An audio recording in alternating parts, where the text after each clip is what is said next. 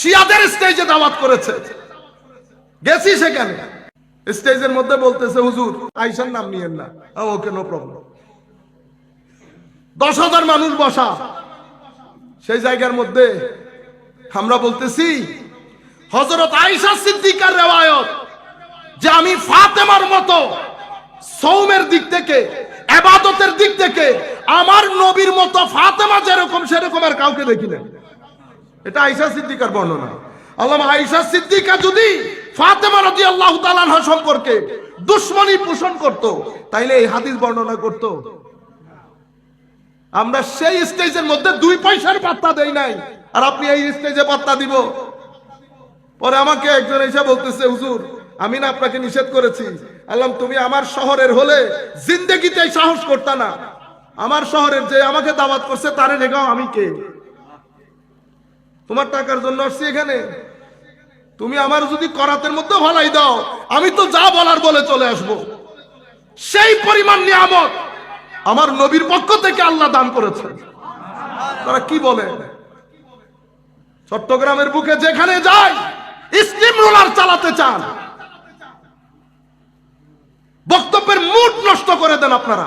বলতে চাচ্ছি, পরিস্থিতি বোঝার চেষ্টা করি। পরিস্থিতি এখন কি? ইউথ কোথায়? পুরা জাতি কোথায়?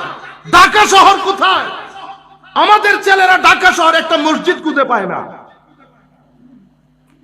বিশ্ব ইজতেমা আমাদের এখানে হয়, পুরা টিভি চ্যানেলের মধ্যে। সুফিদের দেশে মেজবান আমাদের, খায়ে যায় আরেকজনে। একটা আওয়াজ, একটা নেতৃত্ব, যার আন্ডারে আমরা সবাই একীভূত হব। দুইজন দুইজন নিয়ে আলাদা, তিনজন তিনজন নিয়ে আলাদা। আপনারা বুঝতে পেরেছেন? বাংলার জমিনে খান বাহাদুর আহসানুল্লাহ রহমাতুল্লাহ আলাইহির উরসে পাকের মধ্যে আপনারা যান, চেক করেন, দেখেন উরস কাকে বলে। আমরা শুধু চট্টগ্রামে উরস করি তা না, লক্ষ লক্ষ লোক, 10 থেকে 12 লাখ লোকের সমাগম। বাংলাদেশের টপ ক্লাসের লোক। এনায়েতপুরে উরসে পাক হচ্ছে, 40 লক্ষ লোকের সমাগম হবে। আপনারা বুঝতে পেরেছেন? বাহিরে আল্লাহ পাকের মেহেরবানি, সুফিয়ায়ে কেরামের দেশ, আল্লাহর ওলিদের দেশ। আমার সাথে আপনার 100 ভাগে 100 ভাগ মিলবে না। আমি 30 ভাগ মিলাই দেখে আমার প্ল্যাটফর্মে আনবো, বাকি 70 ভাগ আমি দেখে নেব। এটা তো সুবতের কারিশমা। কিসের কারিশমা? সুবতের কারিশমা। এই জন্য আউলিয়ায়ে কেরাম আমাদের এখানে অনেক বেশি সফল হয়েছে। কেন? ফতোয়া দিতেন না, সুবতে রাখতেন। কেন? গুড এনার্জি ছিল। রাতের ইবাদত, তাহাজ্জুদের নূর, ইবাদতের নূর, রোজার নূর, সব নূর ভিতরে ধারণ করতেন। যারাই আসতো সুবতের মধ্যে বসতো, ইনফ্লুয়েন্সড হয়ে যেত। আপনি চিন্তা, আমি আপনাকে একটা টেকনিকের কথা বলি। একজন এসে নন মুসলিম এক সুফির কাছে জিজ্ঞেস করতেছে, আমি ইসলাম কবুল করব, কিন্তু আপনাদের আল্লাহ অনেক ডেঞ্জারাস। কেন? আমি আপনাদের কোরআন শরীফ পড়ছি, জাহান্নামের যে ভয় দেখাইছে ওখানে, আরো কি সারা জিন্দেগি ওখানে। তো হাল আতাকা হাদিসুল গাশিয়া উজুহু ইয়াউমাইদিন খাশিয়া আমিলাতুন নাসিবা তাসলা নারান হামিয়া তুসকা মিন আইনিন আনিয়া লাইসা লাহুম তাআমুন ইল্লা মিন দারি' লা ইউসমিনু ওয়া লা ইউগনি ইল্লা মিন জু'। ও পড়ার পরে উনি পড়তেছেন, পরে এখন আপনি বলেন, মানে আমি এরকম ডেঞ্জারাস রবের ধর্ম কেমনে কবুল করব? আমি হলে কি জবাব দিতাম? সুফিদের জবাব দেখেন। বলতেছে, বেটা এই প্রশ্নের উত্তর কি আপনাকে এখনই দিয়ে দিতে হবে? এখন দিয়ে দিলে ভালো হয়। কোন আপনি একটা কাজ করেন, উত্তর আমি আপনাকে দেব, আপনি কিছুদিন আমার সাথে থাকেন।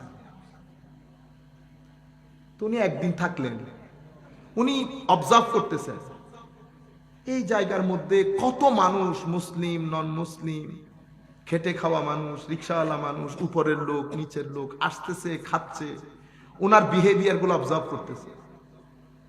একদিন পরে উনি বলতেছেন, হুজুর আমি চিন্তা করতেছি আপনার রব এরকম থ্রেট মারে, কিন্তু আপনি পুরা দিন এতগুলা মানুষের সাথে কথা বলেছেন, হুজুর আপনার মুখের স্মাইল মানে মুস্কি হাসিটা তো কোথাও সরে নাই, কোনো টেনশন নাই, কোনো কিছু নাই, ধারাবাহিকভাবে আপনি সকাল থেকে বিকাল, বিকাল থেকে রাত মানুষকে এই আন্দাজে সমীহ করতেছেন, কিন্তু আবার আপনার আল্লাহ জাহান্নামের ভয় দেখায়, এটা কেমনে?